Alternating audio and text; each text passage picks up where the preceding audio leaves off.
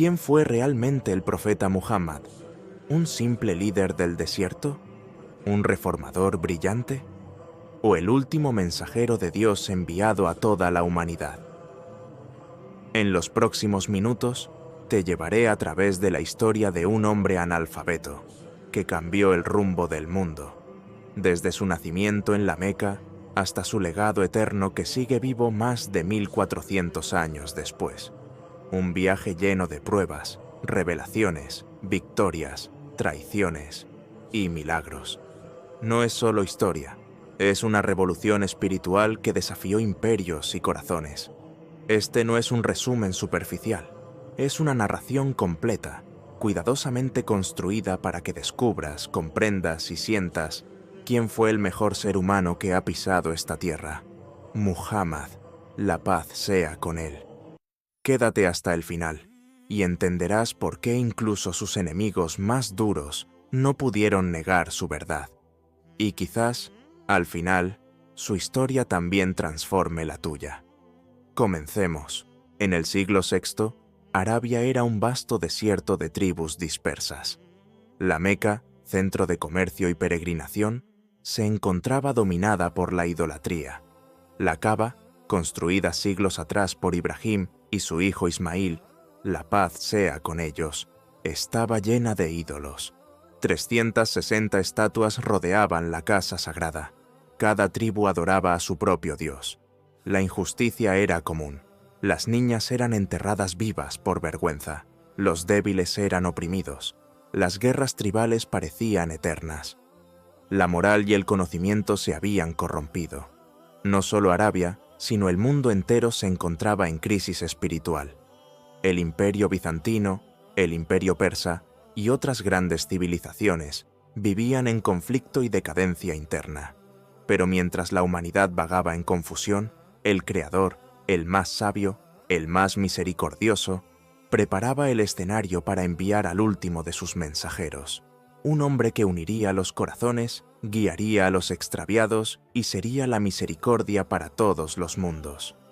Y así, mientras el mundo esperaba, Dios preparó señales grandiosas para anunciar la llegada de su último mensajero. Una de esas señales ocurrió el mismo año de su nacimiento. En el año 570 del calendario gregoriano, conocido en la historia islámica como el Año del Elefante, ocurrió un evento impactante. El gobernador de Yemen, Abraha, quiso destruir la Kaaba para desviar las peregrinaciones hacia su templo en Saná. Con un poderoso ejército y enormes elefantes, marchó hacia la Meca. Pero cuando llegaron cerca de la ciudad, Dios defendió su casa. Envió aves en bandadas que lanzaron piedras de barro cocido. En poco tiempo, el poderoso ejército quedó aniquilado. Este milagro fue un aviso claro de que la Kaaba estaba protegida y que un gran acontecimiento se aproximaba.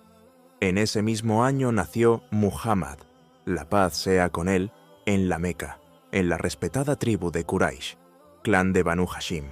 Su padre, Abdullah, había fallecido antes de su nacimiento. Su madre, Amina, lo dio a luz siendo huérfano de padre. La mamá del pequeño Muhammad lo amamantó en un principio y después fue entregado a una mujer beduina llamada Halima as-Sa'diyya para que continuara con la lactancia. Era una costumbre de los árabes de aquella época.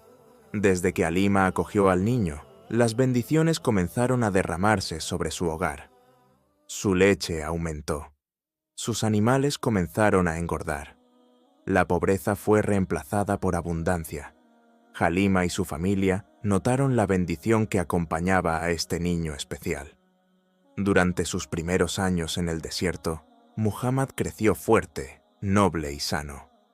Fue durante esta etapa que ocurrió un suceso impactante, la apertura de su pecho.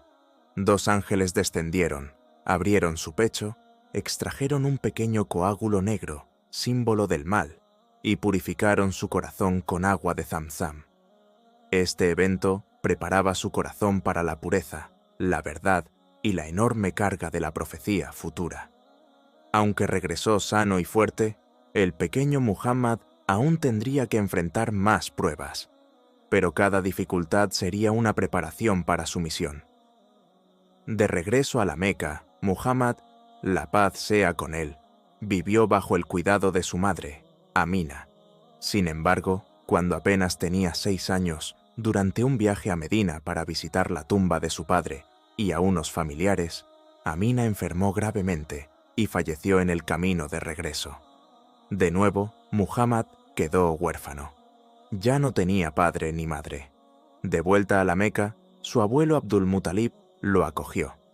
Abdul-Muttalib, anciano y sabio, lo amaba profundamente y lo protegía, reconociendo que su nieto tenía un futuro especial. Sin embargo, 2 años más tarde, cuando Muhammad tenía 8 años, también falleció su abuelo. Entonces, su tío Abu Talib asumió el cuidado de su sobrino con amor, compromiso y entrega. Abu Talib lo trató como uno de sus propios hijos y lo defendió siempre, incluso décadas después durante su misión profética.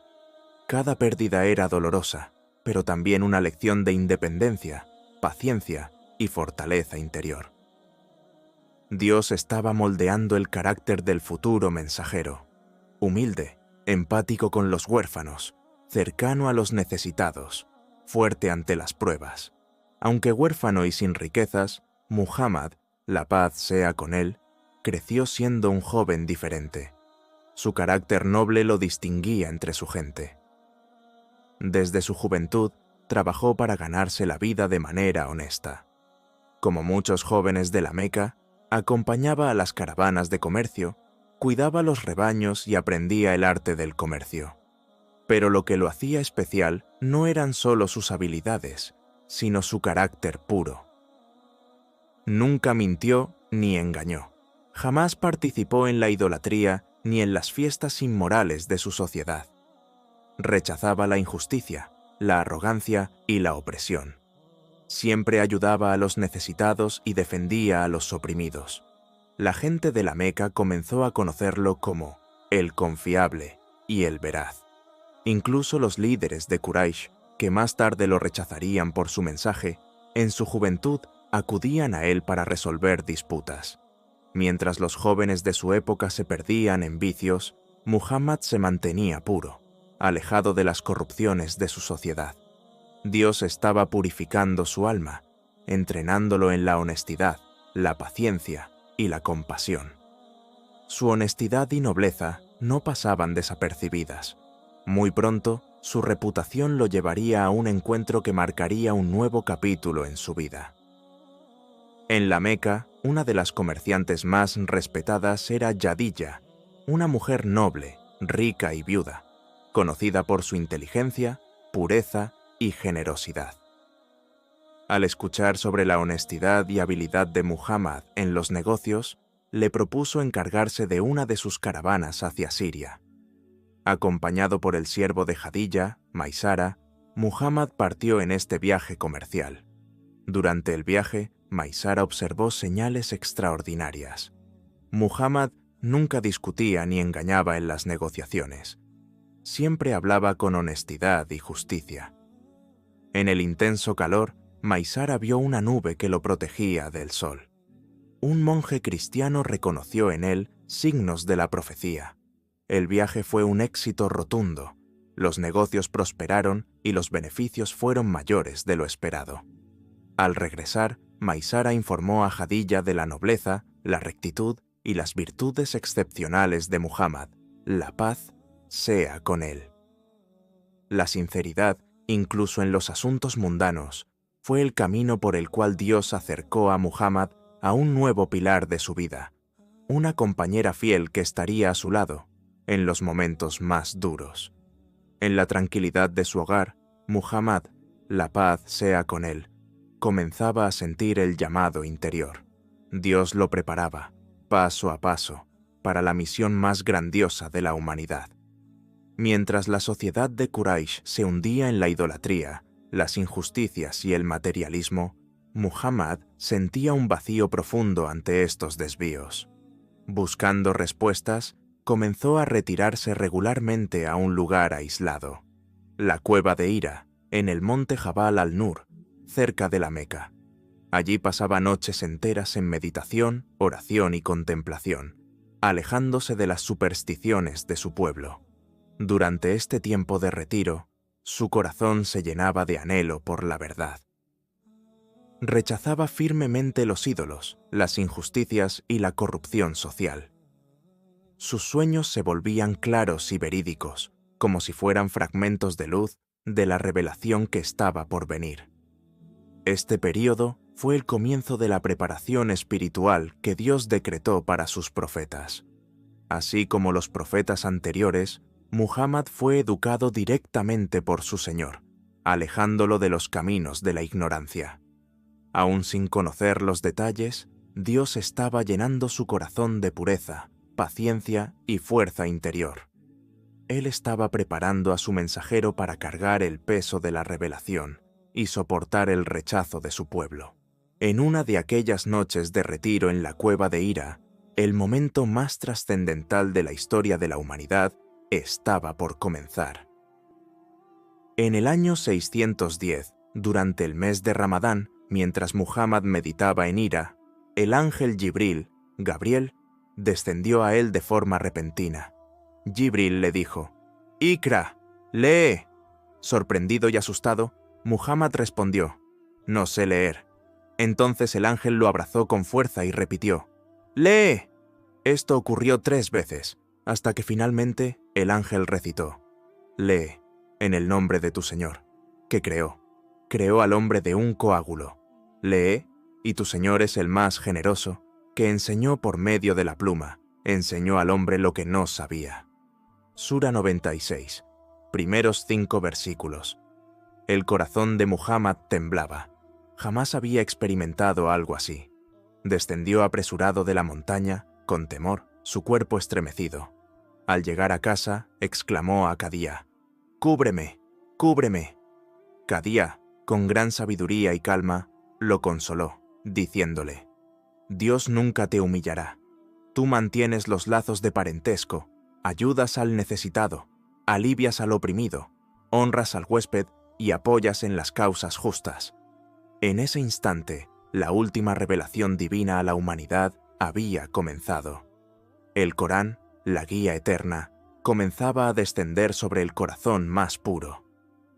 Aún tembloroso por lo sucedido en Hira, Muhammad, la paz sea con él, buscaba comprender el peso de aquella revelación. Dios, en su sabiduría, le preparó a alguien que confirmaría su misión. Después de escuchar a su esposo, Khadija, que Dios esté complacido con ella, decidió llevar a Muhammad ante Waraka ibn Naufal, un hombre anciano, sabio y conocedor de las escrituras anteriores, la Torá y el Evangelio. El anciano escuchó atentamente el relato de Muhammad. Sus ojos se llenaron de lágrimas y le dijo: «Este es el mismo ángel, Gabriel, que descendió sobre Musa, Moisés, la paz sea con él. Ojalá estuviera yo joven cuando tu pueblo te expulse». Sorprendido, Muhammad preguntó: «¿Acaso me expulsarán?». Waraka respondió: «Sí. Nunca vino un hombre con lo que tú has traído sin que fuera enfrentado. Pero si alcanzo ese tiempo, te apoyaré con firmeza». Estas palabras fueron la primera confirmación clara de que lo que había experimentado no era una ilusión, sino el inicio de la misión profética final. Aunque era amado y respetado, la verdad que ahora traería rompería las costumbres y creencias de su pueblo. Pero Dios le había dado fuerza, fe y el apoyo de los corazones sinceros, como el de Khadija y el testimonio de Waraka. Después de la confirmación de Waraka, el mensajero de Dios comenzó a experimentar la continuación de la revelación. Así, su alma era fortalecida para el gran peso de la profecía. Tras la primera experiencia en Hira, hubo un breve período de pausa en la revelación. Esta pausa fue un momento de prueba. Muhammad, la paz sea con él, deseaba el regreso de la palabra de su Señor. Finalmente, Jibril volvió, trayendo las siguientes revelaciones: «Oh tú que estás envuelto en tu manto, levántate y advierte, y glorifica a tu Señor.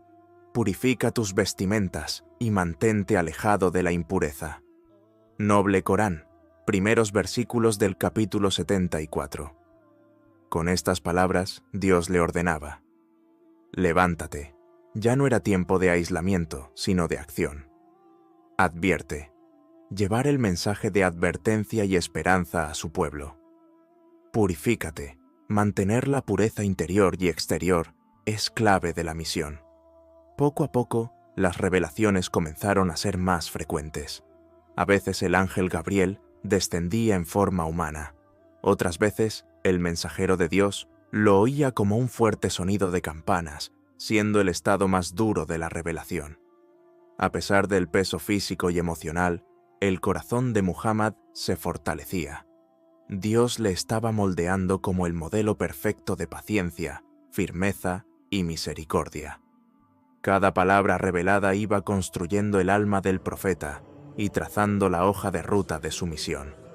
Era el inicio de una revolución espiritual que transformaría la historia de la humanidad.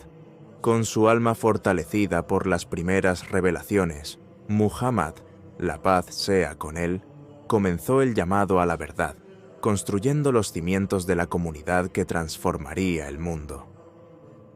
Durante los primeros 3 años, el mensajero de Dios llamó en secreto a las personas hacia el monoteísmo. Comenzó con su círculo más cercano, quienes conocían su carácter noble y su veracidad. Los primeros en abrazar el Islam fueron Khadija, la primera creyente, su fiel esposa y mayor apoyo; Ali ibn Abi Talib, su joven primo, criado en su casa; Abu Bakr as-Siddiq, su amigo íntimo, quien se convertiría en el primer hombre adulto en aceptar el Islam y el primer califa tras su muerte. A través de Abu Bakr, otros compañeros de gran nobleza aceptaron el Islam. Que Alá esté complacido con todos ellos. Se reunían en secreto en la casa de uno de ellos, un lugar discreto cerca de la Kaaba, donde el profeta les enseñaba el Corán y las bases del Islam. En esta etapa, Dios enseñaba a los creyentes la pureza del monoteísmo, el Tauhid; la importancia de la oración, el Salat; el valor de la paciencia ante la futura oposición. Aunque eran pocos, Dios prometió que esta pequeña semilla crecería. Tras años de llamado en secreto, la orden divina llegó. Era el momento de proclamar el mensaje públicamente. El enfrentamiento con Quraysh estaba por comenzar. El profeta, la paz sea con él, reunió a los miembros de su clan, Banu Hashim, y les dijo: si yo os informara que un ejército está detrás de esta colina, ¿me creeríais? Todos respondieron: sí, porque nunca hemos experimentado que mientas. Entonces proclamó: en verdad, yo soy para vosotros un advertidor de un severo castigo. Adorad solo a Dios y abandonad lo que adoráis fuera de él. En ese instante, Abu Lahab, su tío, estalló en furia. ¡Que perezcas por esto! ¿Para esto nos has reunido? Y fue revelada la sura al-Masad. Maldito sea Abu Lahab y que perezca. No le servirán de nada su poder ni sus bienes materiales. A partir de ese momento, la oposición de Quraysh comenzó a intensificarse. Los líderes veían el Islam como una amenaza a sus tradiciones, su comercio y su poder sobre la Kaaba y las tribus árabes. El profeta, firme y paciente, seguía transmitiendo el mensaje en las calles de la Meca, junto a la Kaaba, y durante las peregrinaciones de las tribus visitantes. Aunque enfrentaba el rechazo de muchos, la fuerza de su misión no estaba en el número, sino en la certeza de la verdad. El llamado público al Islam despertó la ira de Quraysh. Incapaces de detener la verdad con argumentos, recurrieron a la persecución y la opresión. Los nobles de Quraysh comenzaron a hostigar a los nuevos musulmanes, especialmente a los pobres y esclavos, quienes no contaban con protección tribal. Entre las historias más dolorosas está la de Bilal ibn Rabah, el esclavo etíope. Su amo lo azotaba cruelmente y lo arrastraba por la arena ardiente, colocándole pesadas piedras en el pecho mientras lo forzaba a renunciar al Islam. Pero Bilal, firme en su fe, solo repetía: Ahad, Ahad, uno, uno, Dios es uno. Otro caso fue el de la familia de Amar. Sus padres, Yasir y Sumaya, fueron torturados hasta la muerte delante de él. Sumaya se convirtió en la primera mártir del Islam, asesinada por Abu Jahl, uno de los peores enemigos de Muhammad. El profeta, impotente ante la brutalidad, les decía con lágrimas en los ojos: «Paciencia, familia de Yasir, vuestro destino es el paraíso». Mientras tanto, incluso Muhammad era objeto de burlas, insultos y agresiones físicas. Le arrojaban inmundicias mientras oraba, lo apedreaban y lo llamaban mentiroso, hechicero y loco. Pero él respondía siempre con paciencia y suplicaba: «Señor mío, guía a mi pueblo, pues no saben». Los primeros musulmanes demostraron una fe y una firmeza inquebrantables. Su sacrificio es testimonio eterno de que la verdad exige perseverancia. La persecución se intensificaba. Para proteger la fe de sus seguidores, el profeta buscó un lugar seguro fuera de la Meca hostil. En el año 5 de la profecía, el mensajero de Dios permitió que un pequeño grupo de musulmanes emigrara a Abisinia, actual Etiopía, cuyo gobernante era el justo rey cristiano An-Nayashi, Negus. El profeta, la paz sea con él, les dijo: «Id a Abisinia, pues allí reina un rey que no oprime a nadie. Es una tierra de verdad y justicia». Cuando Quraysh supo de su salida, enviaron emisarios con regalos para convencer al rey de que los devolviera. Frente a la corte del rey, los musulmanes defendieron su fe con valentía. «Oh rey, éramos un pueblo en ignorancia, hasta que Dios nos envió un mensajero de entre nosotros, cuya veracidad y nobleza conocemos. Nos ordenó adorar solo a Dios, ser honestos, cuidar a los débiles, respetar a los vecinos y evitar los pecados». Jafar recitó entonces parte de la sura Mariam, María, describiendo el nacimiento de Jesús: «Isa, la paz sea con él». Al escucharlo, el rey y su corte lloraron y dijo: «Esta revelación y lo que fue revelado a Jesús proceden de la misma fuente». Negus rechazó devolverlos y les garantizó seguridad. El Islam enseña la convivencia pacífica y el respeto a la gente del libro. La emigración a Abisinia fue un refugio por la fe y un símbolo de la universalidad del Islam. Mientras algunos hallaban refugio en Abisinia, Quraysh intensificó su opresión contra los musulmanes que permanecían en la Meca. Pronto, los creyentes serían puestos a prueba con una de las más duras crisis. Al ver que ni las torturas ni las presiones políticas detenían el crecimiento del Islam, los jefes de Quraysh decidieron aplicar una medida extrema: un boicot total a los musulmanes y a la familia del profeta, los Banu Hashim y los Banu al-Mutalib. Se redactó un pacto y fue colgado dentro de la Kaaba. Nadie les vendería ni compraría. No se permitirían matrimonios con ellos. No tendrían apoyo ni trato social. El boicot duró 3 años. Los musulmanes se refugiaron en un valle. El hambre, la escasez de agua y las privaciones fueron insoportables. Los niños lloraban de hambre y las hojas de los árboles se convertían en alimento. Pero a pesar del sufrimiento, su fe permanecía firme.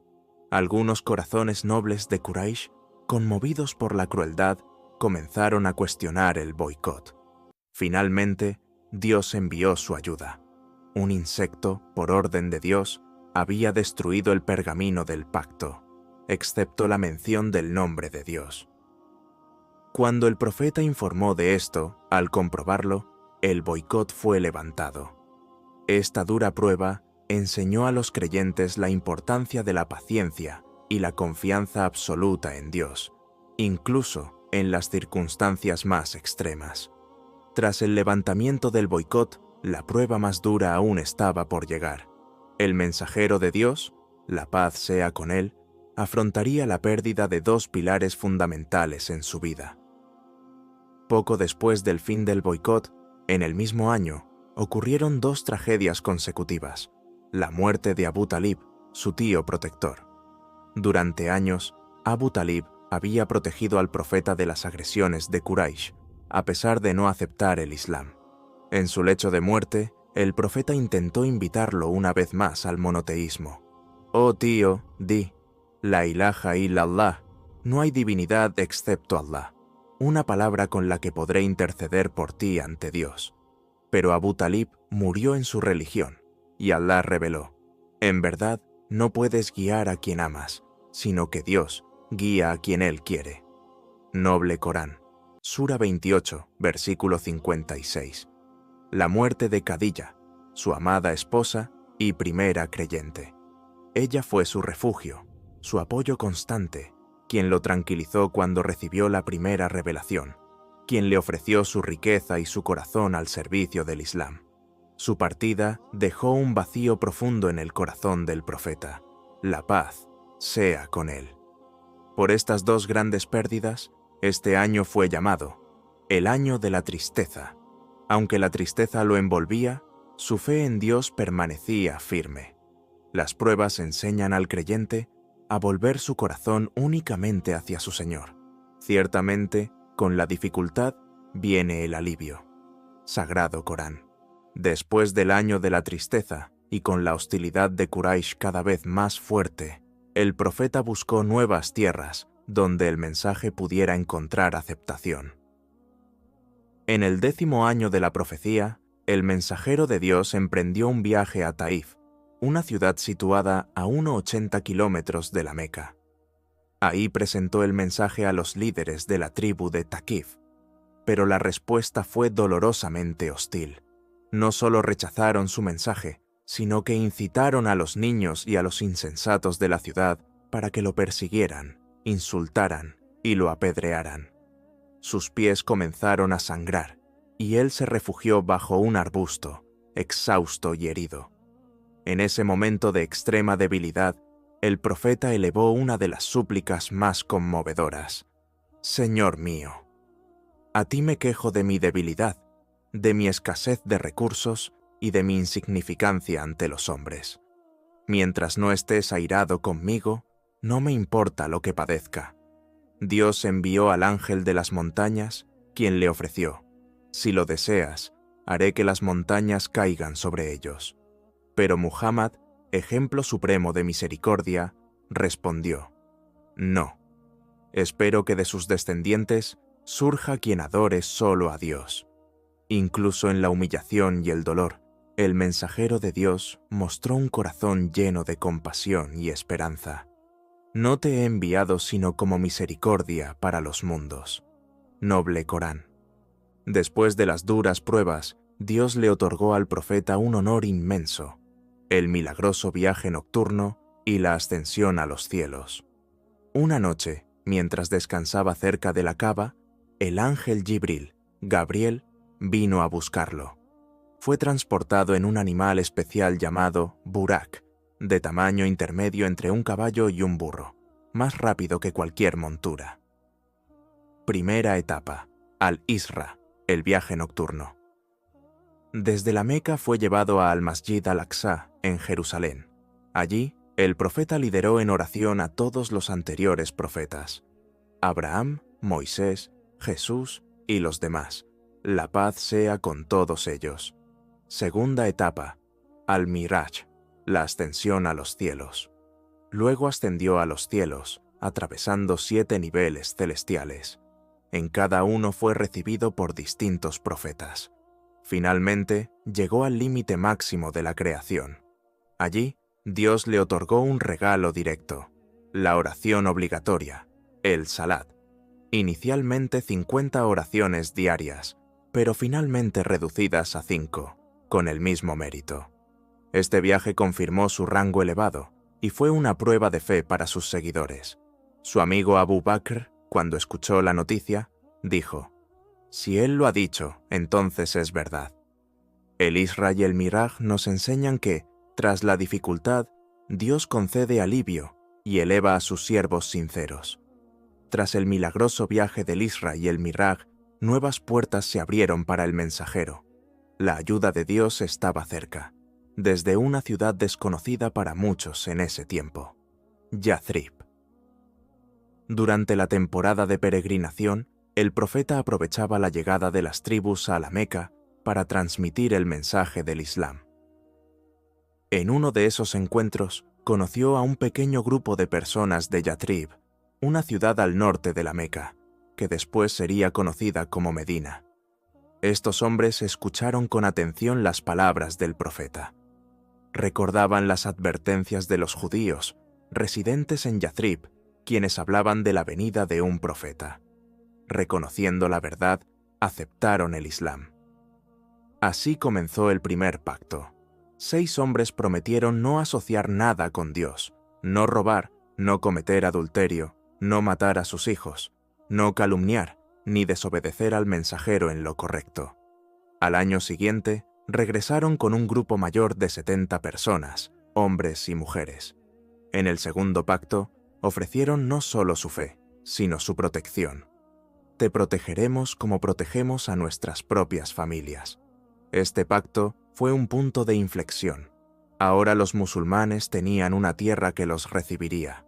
Cuando una puerta se cierra, Dios abre otra. La victoria pertenece a los pacientes y perseverantes, y quien teme a Dios, Él le abrirá una salida. Noble Corán. Cuando Quraysh se dio cuenta del crecimiento del Islam en Medina, entraron en pánico. Organizaron un consejo y planearon asesinar al profeta para detener su misión. Pero Dios reveló sus planes y ordenó al mensajero emigrar. En una noche crítica, el profeta dejó su casa mientras Ali ibn Abi Talib dormía en su lecho para confundir a los asesinos. Acompañado de su fiel compañero, Abu Bakr as-Siddiq, iniciaron el viaje hacia Medina, refugiándose primero en la cueva de Thawr. Durante esos días, los perseguidores los buscaron por todas partes. Cuando llegaron a la entrada de la cueva, Abu Bakr temió por sus vidas, pero el profeta lo tranquilizó con sus palabras inmortales. No temas, ciertamente Dios está con nosotros. Corán 9:40. Finalmente, tras varios días, emprendieron el camino a Medina. Cuando llegaron a las afueras de Medina, la gente los recibió con gran alegría. Así comenzó una nueva era, la construcción de la primera comunidad islámica. La hijra simboliza la fe, la confianza total en Dios y el sacrificio por la causa de la verdad. Con la llegada del profeta a Medina, comenzaba la fase de establecer una comunidad justa, fuerte y unida bajo la guía de la revelación divina. Una de las primeras acciones del profeta al llegar a Medina fue establecer los cimientos de la nueva sociedad. Primero, la construcción de la mezquita del profeta, Masjid an-Nabawi. Este lugar no solo sería un centro de oración, sino el corazón de la comunidad. Segundo, el pacto de hermandad. Muhammad, la paz sea con él, creó lazos de hermandad entre los emigrantes de la Meca, conocidos como Muhajirun, y los residentes de Medina, los Ansar. Cada emigrante fue emparejado con un hermano ansarí, compartiendo bienes y responsabilidades. Este acto eliminó el clasismo, los intereses tribales y fortaleció el lazo de fe. Tercero, la Constitución de Medina. Por primera vez en la historia, se redactó un documento que garantizaba los derechos de todos los habitantes de Medina, musulmanes, judíos y otras tribus. Establecía la justicia, la seguridad colectiva y la libertad de religión. Reconocía al profeta, la paz sea con él, como líder de la ciudad. Este pacto convirtió a Medina en un modelo temprano de convivencia y justicia social. Muhammad, la paz sea con él, no solo formó una nación espiritual, sino una sociedad ejemplar, donde la justicia, la paz y el respeto mutuo gobernaban. Aferraos todos a la religión de Dios y no os dividáis en sectas. Corán 3, 103. Mientras la comunidad islámica crecía en Medina, Quraysh no cesaba su hostilidad. La confrontación se volvió inevitable, y así tuvo lugar la histórica batalla de Badr. En el segundo año después de la Hijra, los musulmanes intentaron interceptar una caravana de Quraysh como compensación por los bienes confiscados en la Meca. Pero Quraysh envió un gran ejército de unos 1000 soldados bien armados, liderados por Abu Sufyán y Abu Jahl, para proteger sus intereses y aplastar a los musulmanes. El profeta, con solo 313 hombres, muchos de ellos mal armados, marchó hacia el valle de Badr. Antes de la batalla, el profeta, la paz sea con él, pasó la noche en oración, suplicando: «Señor mío, si este pequeño grupo es destruido, ya no habrá nadie en la tierra que te adore». El día de la batalla, Dios envió su ayuda. Lluvias suaves limpiaron el terreno de los musulmanes. Sus corazones fueron fortalecidos. Los ángeles descendieron para apoyarles. La victoria fue total para los musulmanes. Acabaron con varios líderes de Quraysh, incluyendo a Abu Jahl. Capturaron prisioneros, a quienes el profeta trató con misericordia. Esta victoria inesperada fortaleció la fe de los creyentes, dio prestigio a la nueva comunidad de Medina. Mostró que la victoria depende de la ayuda de Dios, no de los números. ¿Cuántas veces un pequeño grupo venció a un ejército numeroso con el permiso de Dios? Dios está con los pacientes. Corán 2, 249. Tras la victoria de Badr, Quraysh no descansó. Prepararon una poderosa venganza, y así surgió la batalla de Uhud, que trajo grandes lecciones a los creyentes. Un año después de Badr, Quraysh reunió un ejército de 3000 soldados, liderados por Abu Sufyán. Buscaban vengar a sus muertos y humillar a los musulmanes. El profeta, la paz sea con él, consultó con sus compañeros. Algunos sugerían resistir dentro de Medina. Los jóvenes insistieron en salir al campo abierto. Finalmente, el profeta aceptó la segunda opción, y el ejército musulmán, compuesto por unos 700 combatientes, se dirigió hacia el monte Uhud. El profeta colocó a 50 arqueros en una colina estratégica, con la orden clara: «No abandonéis vuestro puesto, aunque veáis que estamos venciendo o siendo vencidos». Al principio, los musulmanes dominaron la batalla. Quraysh comenzó a retroceder. Al ver esto, muchos arqueros desobedecieron las órdenes y bajaron para recoger el botín. Esto permitió que Khalid ibn al-Walid, aún no musulmán en ese momento, rodeara al ejército musulmán por detrás. El caos se desató. Muchos musulmanes fueron heridos o muertos. Incluso el profeta, la paz sea con él, fue herido en la cara y cayó en una zanja. Algunos compañeros, como Musab ibn Umair y Hamza, ofrecieron su vida heroicamente. Que Dios esté complacido con ellos. A pesar de la confusión, el profeta permaneció firme y los musulmanes se reagruparon. La obediencia al mensajero es la clave del éxito. Las pruebas fortalecen la fe de los creyentes. Las victorias no están garantizadas sin disciplina. Dios dice en el Sagrado Corán: Dios cumplió su promesa cuando, con su anuencia, vencíais en la batalla de Uhud, pero flaqueasteis y cuestionasteis las órdenes, cayendo en la desobediencia. Entre vosotros hubo quienes anhelaron los bienes materiales de esta vida, pero otros anhelaron la recompensa de la otra vida. Entonces Dios os probó con la derrota, pero os perdonó, porque Dios concede su favor a los creyentes. Sura 3, versículo 152. Tras Uhud, los enemigos del Islam no cesaron. Quraysh, junto a otras tribus árabes y aliados, planearon un ataque masivo para destruir Medina. Así comenzó la batalla de Al-Ahzab.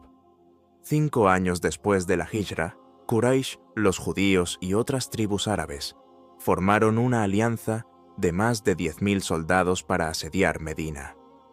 Frente a esta amenaza sin precedentes, el profeta reunió a los musulmanes en consulta. Fue entonces cuando Salmán al-Farsi sugirió una estrategia desconocida en Arabia: excavar un foso en el lado vulnerable de Medina. Durante días, el propio profeta trabajó junto a sus compañeros, cavando bajo el frío y la escasez de alimentos, mientras recitaba: «Oh Alá, no hay vida verdadera sino la del más allá. Perdona a los emigrantes y a los ansar». Cuando el ejército enemigo llegó, se encontraron con el inesperado foso. Incapaces de cruzarlo, comenzaron un largo y tenso asedio. Los musulmanes resistieron con paciencia. El hambre, el miedo y la traición interna debilitaron la situación. Los hipócritas y algunos judíos de Banu Qurayza rompieron sus pactos y conspiraron desde dentro. En el momento más crítico, Dios envió su ayuda. Un fuerte viento azotó el campamento enemigo. Las tiendas volaron, los fuegos se apagaron, y el desorden se apoderó de sus filas. El ejército de los aliados se dispersó sin lograr su objetivo. Esta victoria sin combate directo demostró que la fe, la paciencia y la unidad son armas poderosas. Dios siempre cumple su promesa. Oh creyentes, recordad el favor de Dios cuando vinieron a vosotros los ejércitos y enviamos contra ellos un viento y ejércitos que no veíais. Corán 33, 9. Tras superar el asedio de los aliados, el Islam se consolidaba. Ahora el profeta buscaba un objetivo aún más ambicioso: realizar la peregrinación a la Meca. En el 6º año de la Égira, el profeta, la paz sea con él, tuvo un sueño: que él y sus compañeros realizarían la Umra, peregrinación menor, en la Meca. Confiado en la promesa de Dios, partió con unos 1400 compañeros vestidos como peregrinos, sin armas de guerra. Cuando Quraysh supo de su llegada a Hudaybiyah, intentaron bloquear su entrada. Se inició una intensa negociación. En medio de las negociaciones, el profeta envió a Uthman ibn Affan como emisario a la Meca. Circularon rumores de que había sido asesinado. Ante esto, los musulmanes, bajo un árbol, hicieron un pacto de lealtad hasta la muerte, el pacto de la aprobación. Finalmente, Quraysh propuso un acuerdo que parecía desfavorable. No habría guerra durante 10 años. Los musulmanes regresarían ese año sin entrar en la Meca. Cualquier persona de Quraysh que emigrara a Medina sin permiso de su tutor sería devuelta. Aunque muchos compañeros se sintieron decepcionados, el profeta aceptó el tratado confiando en la sabiduría divina. A través de esta paz, el Islam se extendió sin obstáculos. Las tribus árabes pudieron conocer el Islam sin presiones. En los años siguientes, más personas abrazaron la fe. Es posible que odiéis algo que sea un bien para vosotros. Corán 2, 216. La tregua de Hudaybiyah trajo años de expansión y paz, pero cuando Quraysh violó el pacto, llegó el momento decisivo: el retorno del profeta a su ciudad natal. En el 8º año de la Égira, una tribu aliada de Quraysh atacó a una tribu aliada de los musulmanes, rompiendo así el tratado de Hudaybiyah. Ante esta traición, el profeta decidió marchar hacia la Meca con un gran ejército de 10.000 hombres. Lo hizo con estrategia, sabiduría, misericordia. El ejército musulmán acampó a las afueras de la Meca. Los líderes de Quraysh, al ver la superioridad del ejército, temieron lo peor. Abu Sufyan, tras dialogar con el profeta, aceptó el Islam. El profeta, la paz sea con él, declaró: quien entre en la casa de Abu Sufyan estará a salvo. Quien permanezca en su casa estará a salvo. Quien entre en la mezquita sagrada estará a salvo. El profeta, la paz sea con él, entró a la Meca con humildad, montado en su camello, con la cabeza inclinada en señal de gratitud. Ordenó que no se atacara a nadie, salvo en legítima defensa. La conquista se realizó sin derramamiento de sangre. El profeta purificó la Kaaba de ídolos. Declaró la pureza del monoteísmo. Recitó: la verdad ha llegado y la falsedad ha desaparecido. Ciertamente, la falsedad está destinada a perecer. Corán 17, 81. A los que años antes lo habían perseguido y torturado, Muhammad, la paz sea con él, les dijo: Hoy os digo lo que dijo José a sus hermanos: no habrá reproche contra vosotros, que Dios os perdone. Él es el más misericordioso de los misericordiosos. Tras la conquista de la Meca, el mensaje del Islam se expandió rápidamente. Las tribus árabes comenzaron a aceptar el Islam en multitudes, cumpliéndose así la promesa de Dios. Después de la conquista de la Meca, tribu tras tribu acudía a Medina para abrazar el Islam. La batalla de Hunain contra las tribus Hawazin y Thaqif fue uno de los últimos grandes enfrentamientos. A pesar de una emboscada inicial, los musulmanes, por la ayuda de Dios, vencieron. Después de Hunain, el profeta dirigió su atención a la limpieza de la idolatría en toda Arabia. Delegaciones de las tribus venían a Medina a aceptar el Islam. El profeta enviaba emisarios a reyes y gobernantes fuera de Arabia con cartas invitándolos al monoteísmo. En el 10º año de la Hijra, Muhammad, la paz sea con él, realizó su única peregrinación tras la emigración, conocida como Hajj al-Wada, la peregrinación de despedida. Más de 100.000 musulmanes lo acompañaron. Desde el monte Arafat pronunció su histórico sermón de despedida. «Oh gente, vuestro Señor es uno. No hay superioridad del árabe sobre el no árabe, ni del no árabe sobre el árabe, salvo en la piedad». Prohibió la usura, protegió los derechos de la mujer, afirmó la santidad de la vida, el honor y los bienes. Dejó el libro de Dios, el Corán, y su ejemplo, la Sunna, como guía eterna. Durante el Hajj, Dios reveló uno de los últimos versículos. «Hoy he completado para vosotros vuestra religión. He perfeccionado mi favor sobre vosotros, y he aprobado para vosotros el Islam como religión». Corán 5:3. El mensaje estaba completo. El Islam había iluminado Arabia, y ahora el profeta, la paz sea con él, se preparaba para retornar a su Señor.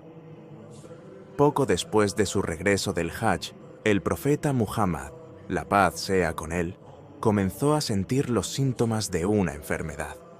Durante varios días sufrió fiebre alta y debilidad, pero seguía dirigiendo la oración mientras podía. Cuando su salud empeoró, ordenó que Abu Bakr dirigiera las oraciones en la mezquita.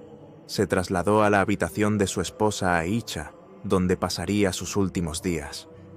A pesar de su debilidad, continuaba aconsejando a su comunidad. La oración, la oración. Recordaba la importancia de tratar bien a las mujeres. Exhortaba a mantener la unidad de la comunidad. En la mañana de su último día, la cortina de la habitación se abrió. El profeta, la paz sea con él, sonrió al ver a sus compañeros orando. Fue la última vez que lo vieron en vida. Mientras reposaba en el regazo de Aisha, pronunció sus últimas palabras: «Allahumma fi al-Rafiq al-Ala».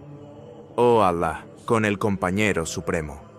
El Rafiq al-Ala, el compañero supremo, es una referencia a Dios y la compañía de los ángeles, los profetas y los justos en el más alto paraíso, Al-Firdaus.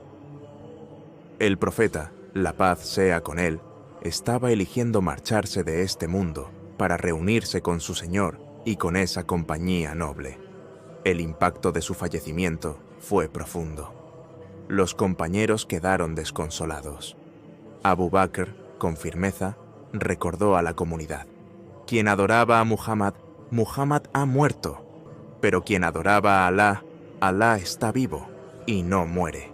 El profeta Muhammad dejó este mundo, pero su mensaje continúa vivo en los corazones de millones hasta el último día.